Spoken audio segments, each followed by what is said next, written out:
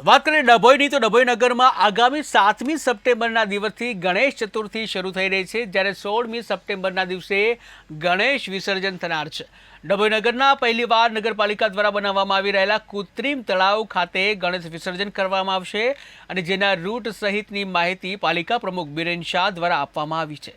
તો જિલ્લા ગ્રામ્ય પોલીસ વડા રોહન આનંદ અને ધારાસભ્ય શૈલેષ મહેતાની ઉપસ્થિતિમાં ખોરવાઈ ગયેલ અને ચોરાઈ ગયેલ મોબાઈલ સહિતની વસ્તુઓ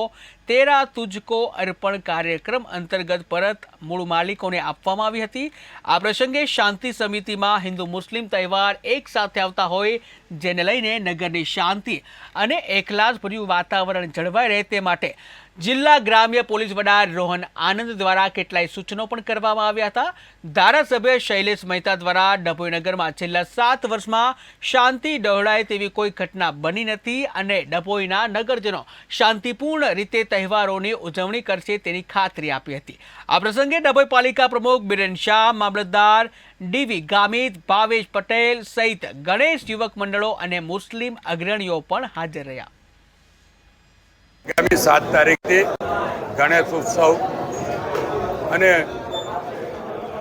16 કે 17 તારીખે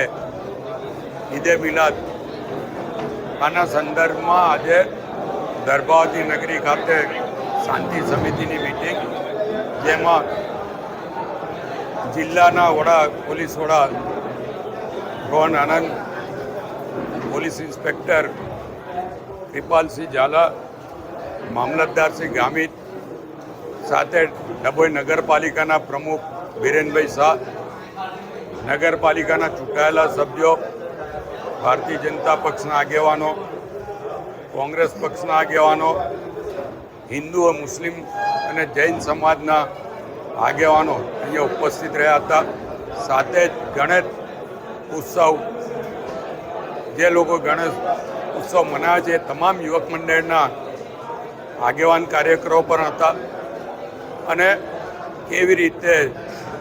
દરબાવતી નગરીની સંસ્કારિતા જળવાઈ રહે અને હજુ પણ વધુ સંસ્કારિતા